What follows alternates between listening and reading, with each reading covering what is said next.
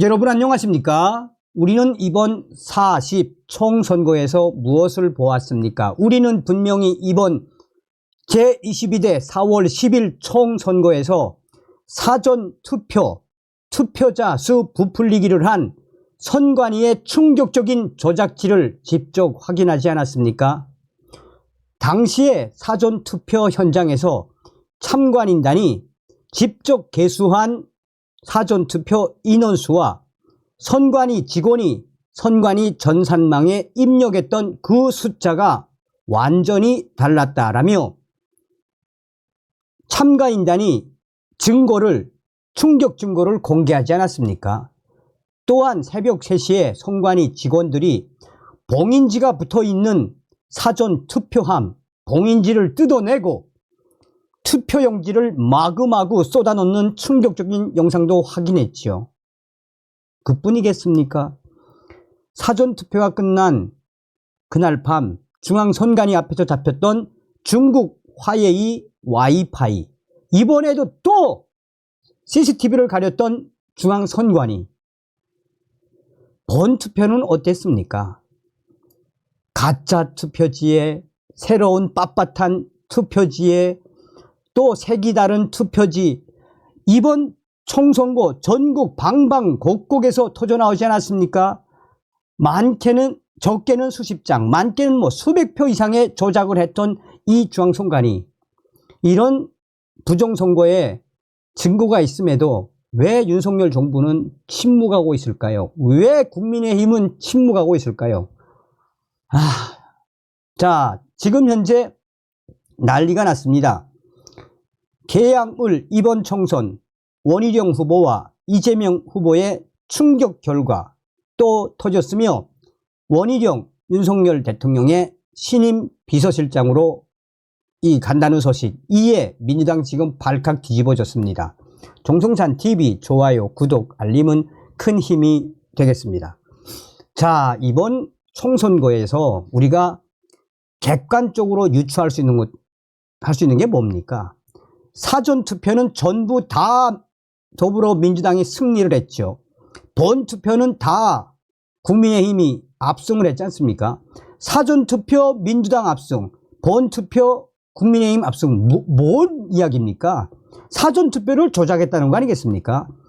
그래서 그전 방송에서도 제가 이번 총선 개항을 34개, 개항을 34개 지역에서 대부분 국민의힘 원희룡 후보가 압승을 했음에도 불구하고 이재명이가 사전투표로 이겼다라고 강조하지 않았습니까?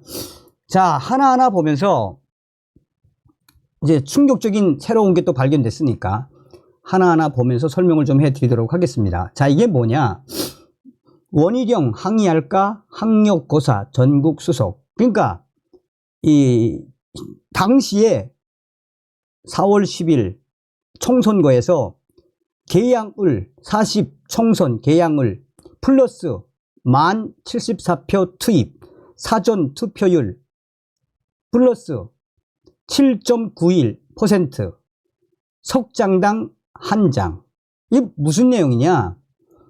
자, 하나하나 설명을 해드리도록 하겠습니다. 잘 안 보이실 것 같으니까. 22대 총선 인천 계양구을 선관위 발표, 추정치 발표, 더불어민주당 사전투표 0.60, 원희룡 후보 0.83, 당일투표 이재명 0.48, 국민의힘 원희룡 0.50. 이겼죠. 모집단 합계 0.53, 이재명, 원희룡 0.45. 차이값 이재명 0.05, 원희룡 0.05 같습니다. 자, 여기서 이제 보시면은 또 뭘 봐야 되느냐? 추정치 발표가 선관위 발표하고 추정치 발표, 이제 추정치 발표를 알려드리겠습니다. 사전투표 이재명 0.46, 국민의힘 0.51, 여기서 잘 보면 사전투표 선관위 발표는 0.60이었는데 여기 추정치 발표는 0.46. 자, 관외 사전투표 7.21%, 0.09%, 추정치 5.44%, 당일투표 5.22%, 이재명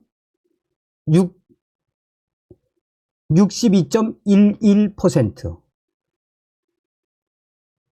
그런데 원희룡은 마이너스 6.89%. 이제 좀 감이 오십니까? 자, 설명을 해드릴게요. 간단하게. 이 도표에서 나오는 게 뭐냐면 사전 투표소 투표 부풀리고 누가? 선관위가 3명당 1명꼴로 이재명이가 이기도록 조작, 추정값, 그러니까 추정치 값을 조작. 그러니까 다시 한번 여러분들 보시면 사전투표도 사전투표지만 선관위가 조작을 했다라고 그러니까 여기서 보면은 전체 제일 밑에 보면은 전체 조작률 몇 퍼센트다? 7.9. 0%. 그러니까 쉽게 말해서 약 한 8% 정도를 사전 투표를 했음에도 불구하고 이재명이가 높음에도 불구하고 8% 정도를 이재명이가 이기게 조작을 했다는 겁니다. 조작. 누가 했겠습니까? 선관위가 했다는 거지. 이걸 공병호 박사가 소상하게 밝혔습니다. 그러면서 이 유저는 뭐라고 이야기하느냐? 이거 진짜 어마어마한 거 터진 겁니다. 이거 국정원 및 TV조선 각종 메이저 언론사에 모조리 제보하십시오. 나도 처음에는 부정선거가 아닌 줄 알았는데 이제 부정선거 조작 확신합니다. 와, 이렇게까지 이재명 이기게 해주려고 조작을 했단 말입니까? 라는 소식입니다. 어디까지 또 터져 나올까요?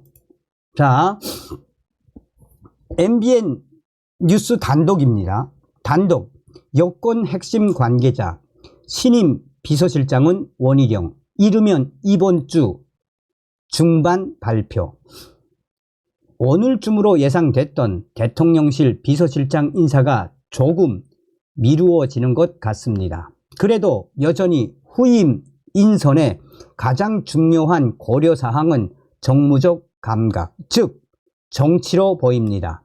야권이 대승을 거둔 22대 국회에서 야당을 직접 상대할 수 있는 인물, 결국 대화와 협상이 가능한 사람이 필요하다는 쪽에 의견이 모아지고 있습니다.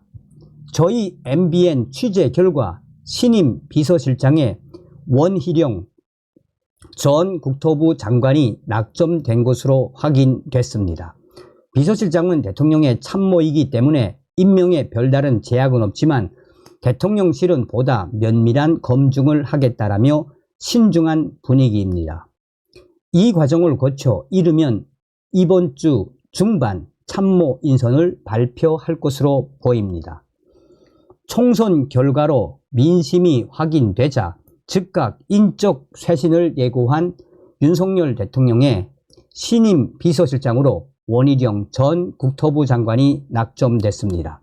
여권 핵심 관계자는 NBN과 통화에서 윤 대통령의 새 비서실장에는 원희룡 전 장관이 사실상 내정됐다라고 밝혔습니다. 삼선 의원이자 제주지사, 장관까지 거쳐 정무, 행정 경험이 풍부한 정치인을 기용해 국회 소통을 강화하는 게 필요하다는 판단이 깔려 있는 걸로 보입니다.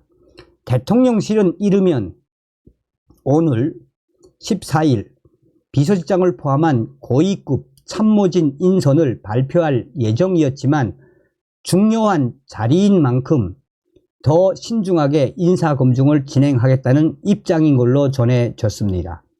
앞서 장관 청문회 등을 거쳤고 총선에도 출마한 원희룡 전 장관의 검증은 무난히 통과될 것으로 예상됩니다.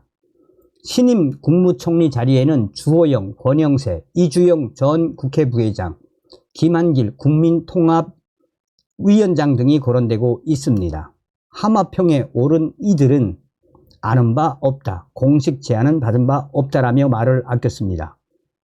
여권 핵심 관계자는 먼저 비서실장을 인선한 이후 국무총리 인선이 이루어질 것이라고 말했습니다. 윤석열 대통령은 이르면 이번 주 중반 인선을 발표할 것으로 보이는 가운데 이후 총선 패배와 관련한 입장도 발표할 전망입니다. 자, 이미 며칠 전부터 민주당이 난리가 났었지요. 윤석열 대통령 비서실장 원희룡 낙점에 민주당 강한 반발. 여권이 40 총선 패배 이후 인적 쇄신에 나선 가운데 윤석열 대통령은 후임 대통령실 비서실장에 원희룡 전 국토부 장관을 내정한 것으로 알려졌습니다. 윤석열 대통령이 총선 패배 후 신임 비서실장을 정무용 인사로 염두에 두고 있어 원희룡 전 장관을 적합한 당사자로 보고 있는 것으로 풀이됩니다. 더불어민주당은 이와 관련해 서울 양평 고속도로 개발 논란의 핵심 인물인 원희룡 전 장관 임명은 말이 안 된다라며 강하게 비판하고 나섰습니다. 만약 원희룡 전 장관이 대통령 비서실장으로 임명되면 우리는 끝까지 협치를 하지 않겠다라며 민주당이 한바탕 난리가 났습니다.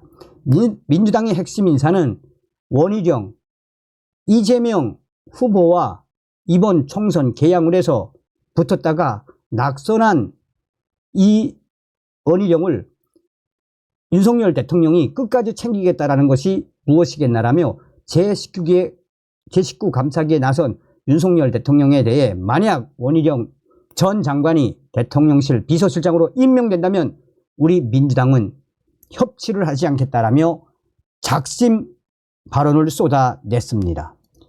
더불어공산당이 항상 이러는 거 아니겠습니까? 다음 시간에 뵙겠습니다. 멸공.